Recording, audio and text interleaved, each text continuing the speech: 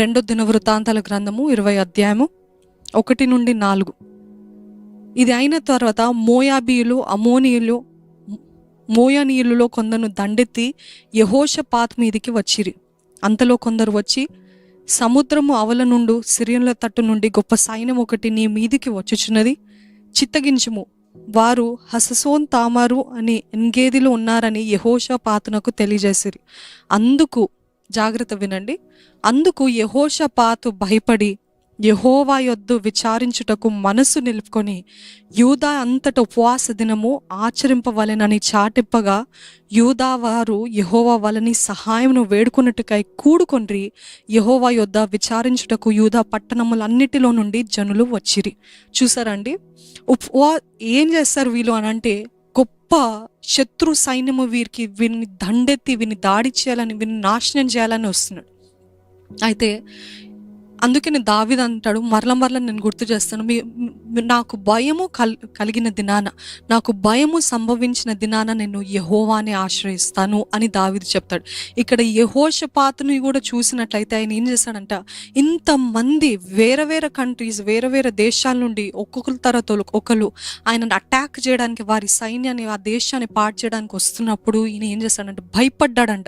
అందుకు యెహోషాపాతు భయపడి యెహోవా యొద్ద విచారించుటకు మనస్సు నిలుపుకున్నాడంట. ఈరోజు మీరు మనసు నిలుపుకోవాలి. భయం వచ్చిందా, యుద్ధ సైన్యము, శత్రు సైన్యం దండెతో వస్తుంది, emergency, I'm talking about emergency. If you are in an emergency, what should you do? ఫస్ట్గా ఫోన్ కాదు, అందుకే నేను చెప్పాను, don't go to the phone, go to the throne. అంటే ఫోన్ దగ్గరికి కాదు, సింహాసనం దగ్గరికి, ఆయన కృపా సింహాసనం దగ్గరికి వెళ్ళాలంట. ఆయన కృపా సింహాసనం దగ్గరికి ఆయన మనసు నిలబెట్టుకున్నాడంట. దేవుని దగ్గర విచారించాలి అని మనసు నిలుపుకొని యూదా అంతటా ఉపవాస దినము ఆచరింపవలెనని చాటింపగా, యూదా వారు యెహోవా వలని సహాయం వేడుకున్నట్టుకై కూడుకొనిరి. అంటే the whole country of JUDA fasted. ఈరోజు ఎమర్జెన్సీ సిచ్యువేషన్స్లో ఉన్నారా? ఇలాగ అయిపోతుంది, జరిగిపోతుంది, పాడైపోతుంది, నాశనం అయిపోతుంది, నా జీవితంలో ఉద్దేశం ఏంటి, నా కుటుంబం విచ్ఛిన్నం అయిపోతుంది అని ఏం అర్థం కావట్లేదు నా జీవితం అంటే, దేవుడు అంటున్నాడు, ఏ రీతి అయితే యెహోషాపాతు ఆయన మనసు నిలబెట్టుకున్నాడు, దేవుని విచారించాలి అని ఉపవాస దినాన్ని అనౌన్స్ చేస్తాడంట. ఉపవాస దినాన్ని ఈరోజు ఎమర్జెన్సీ సిచ్యువేషన్స్లో ఉంటే, I want you all to fast. అది ఏ విధమైన ఫాస్ట్ అయినా, ఏంటది మిమ్మల్ని ఎక్కువగా ఆకర్షించేది, ఏంటది మిమ్మల్ని కట్టి పెట్టేసింది, ఏంటది మీ సమయాన్ని వృధా చేస్తుంది, అది స్నేహితుల, బంధువుల, లేకపోతే ఫోన్సా, లేకపోతే సోషల్ మీడియాలా, లేకపోతే సినిమాల, వాట్ ఎవర్ ఇట్ ఇస్, వాటన్నిటి నుండి దూరంగా వెళ్ళిపోయి ఏం చేయాలంటే ఆయన సన్నిధిలో మీ మనసుని నిలుపుకొని ఉపవాసం ఉండాలంట. అయితే ఏం చేస్తాడు తెలుసా అండి దేవుడు?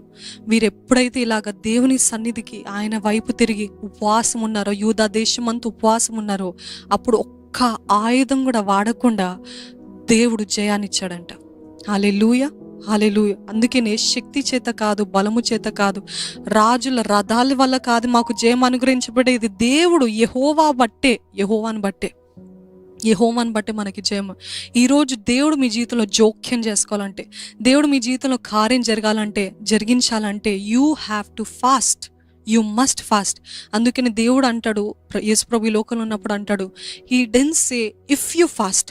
ఒకవేళ మీరు ఉపవాసం ఉంటే అని చెప్పలేదు, మీరు ఉపవాసం ఉన్న ఎడల, మీరు ఉపవాసం ఉన్న సమయంలో, అంటే వెన్ యు ఫాస్ట్ అంటే ప్రతి క్రైస్తవరాలు చేయాల్సింది ఏంటిదంటే ఉపవాసము.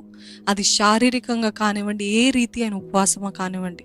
దేవుడు అంటున్నాడు, ఒక్క ఆయుధం కూడా వాడకుండా వారికి ఏ రీతి అయితే నేను జయం ఇచ్చానో, మీ జీవితంలో కూడా మీరు జయము చూడాలంటే ఉపవాసం ఉండాలి. మీకు ఇష్టమైన దాన్ని కోల్పోవాలి, మీకు ఇష్టమైన వారందరినీ పక్కన పెట్టాలి.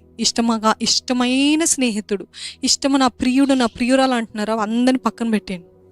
దేవుడికి ఇష్టం లేదు, లేకపోతే దేవుడు చిత్తం కాదు, లేకపోతే దేవుడికి నచ్చట్లేదు, వీళ్ళని బట్టి నేను దేవునికి దూరం అవుతున్నాను అంటే దేవుడు చెప్తున్నాడు, వారందరినీ పక్కన పెట్టేయండి. నీకు నేను ముఖ్యమా, వాళ్ళు ముఖ్యమా అడుగుతున్నారు. ఏం చెప్తారు? నువ్వు ముఖ్యమే, వారు కూడా ముఖ్యమే దేవా అని అంటారా? ఒకే దెబ్బలో అందరినీ తీసి పడేస్తాడండి మన దేవుని సంగతి. మీకు తెలియదేమో, ఏదైతే ముఖ్యం అంటున్నారో, ఏదైతే నువ్వే నా దేవుడు అంటున్నారో, ఏదైతే నువ్వే నా ప్రాణం అంటున్నారో, ఒక్క నిమిషంలో దాన్ని తీసి పడేస్తాడంట దేవుడు. అలాగ కోల్పోవడం మేలా, లేకపోతే ఇప్పటికైనా తగ్గించుకుని భయపెట్టట్లేదు కానీ నిజంగా జరిగిస్తాడు దేవుడు. What ever. అందుకే నేను నా స్థానంలో, ఆయన రోషం కలిగిన దేవుడు, ఆయన స్థానంలో ఎవరున్నా వాటిని అన్నింటిని పక్కన జరిపేస్తాడంట, తీసేస్తాడంట. హఠాత్తుగా నాశనం, ఆకస్మిక నాశనం వస్తుందంట. ఎందుకంటే దేవుని ఆశ్రయించలేదు కాబట్టి, దేవుడికి మొదటి స్నానం ఇవ్వలేదు కానీ కాబట్టి. సో ఇందాక చెప్పినట్టు make a list of what you want God to do. దేవుడు మీ జీవితంలో ఏం చేయాలి, ఏం చేయాలి, ఏం చేయాలి అని అన్నీ కూడా లిస్ట్ రాసుకోండి. ఒక్కటి తర్వాత ఒక్కటి దేవుడు సమాధానం ఇస్తే అన్నీ కూడా క్యాన్సిల్ చేసి దేవానికి మహిమ, దేవానికి మహిమ, దేవానికి మహిమ అని ఆయన స్తుతిస్తూ సన్నిధిస్తూ ఉండాలి. ఈ సమయం మనంతరము తలలు వంచి కళ్ళు మూసుకొని, దేవా give me the strength lord, give me the strength lord, have mercy upon me lord. నన్ను కరుణించయ్యా, కృప చూపి అయ్యా, కృప చూపి అయ్యా. నీ ఆత్మతోటి నన్ను నడిపించయ్యా, నీ ఆత్మతోటి నన్ను నడిపించయ్యా. నువ్వు ముఖ్యమయ్యా నాకు. నా శరీరేచ్ఛలు కాదు, శరీర క్రియలు కాదు, ఫోన్ కాదు, నాది ఏది కాదయ్యా. నీవే తండ్రి, నీవే. నీకు ఇష్టం లేని స్నేహాల్ని, బంధాల్ని విడిపి తండ్రి వదిలించుకోవడానికి నాకు శక్తిని దయచేయి. Help me to let go lord what you don't like. Help me to give it up for you lord. నీకు ఇష్టం లేని ప్రతి దాన్ని అర్పించడానికి నాకు సహాయం చేయ. ఇదిగోనయ్యా నీ వాక్యమే నన్ను బ్రతికించేదయ్యా, నా బాధలలో నాకు నెమ్మదినిచ్చేది. నీ వాక్యముతో, నీ ఆత్మతోటి నడిపించయ్యా. ఇక్కడున్న ప్రతి ఒక్కరిని దర్శించండి. ఈరోజు విన్న వాక్యాన్ని, ఈరోజు విన్నదాన్ని తను ముద్రించమని అడుగుచున్నామయ్యా. మా జీవితంలో నీవే నీ కార్యాన్ని జరిగించి, ప్రతి ఒక్కరి జీవితంలో నీవే నీ కార్యాన్ని జరిగించయ్యా. ఏ ఒక్కరిని కూడా విడిచిపెట్టద్దయ్యా. Help us Lord, give us the authority Lord, give us the authority Lord, give us the strength Lord. నా వల్ల కాదు, నా వల్ల కాదనక, నా క్రీస్తునందు నాకు సమస్తము సాధ్యమే అని చెప్పులాగా అట్టి ధైర్యము నాకు, మాకు, అందరికి దయచేయండి అయ్యా. తెగించడానికి సహాయం చేయి. అపవాది సైన్యము వస్తున్నప్పుడు తండ్రి ఉపవాసం ఉండటానికి సహాయం చేయి. నీ సహాయం కోసము తండ్రి ఆశతో, ఆకలితో, పట్టుదలతో ఉండటానికి సహాయం చేయి. నువ్వు జవాబు ఇచ్చేంత వరకు నీకు విశ్రాంతినివ్వకుండా సహాయం చేయి. Help us Lord, help us Lord. మీరే తోడుండండి, సహాయం చేయండి. నీ బిడ్డల్ని దర్శించండి. ఎటువంటి బంధకాల్లో ఉన్నా, ఎటువంటి కట్లతో ఉన్నా, ఎటువంటి వ్యసనాలతోటి కట్టబడి ఉన్న, బంధకాలతో ఉన్న దేవా, ఇప్పుడే దాన్ని నీ నామంలో విడిపింపమని అడుగుచున్నామయ్యా. ప్రతి కట్లను తెప్పివేసి, ప్రతి బంధకాన్ని నుండి విడిపించు. ప్రతి శోధనలో జయాన్ని దయచి, ప్రతి పోరాటంలో మీరే తండ్రి ముందుండి జయాన్ని దయచేయమని అడుగుచున్నామయ్యా. నీ బిడ్డల జీవితంలో నీవే నీ కార్యాన్ని జరిగించి, నీ సహాయాన్ని దయచేసి, ఈ రోజు నిశ్చయించుకుని, ఈ రోజు తీర్మానించుకుని, ఈ రోజు చేసిన మొక్కుబడిని మీరే ఆలకించి దేవా అది చేయడానికి అటు కృపను మీ బిడ్డలకి దయచేయండి అయ్యా.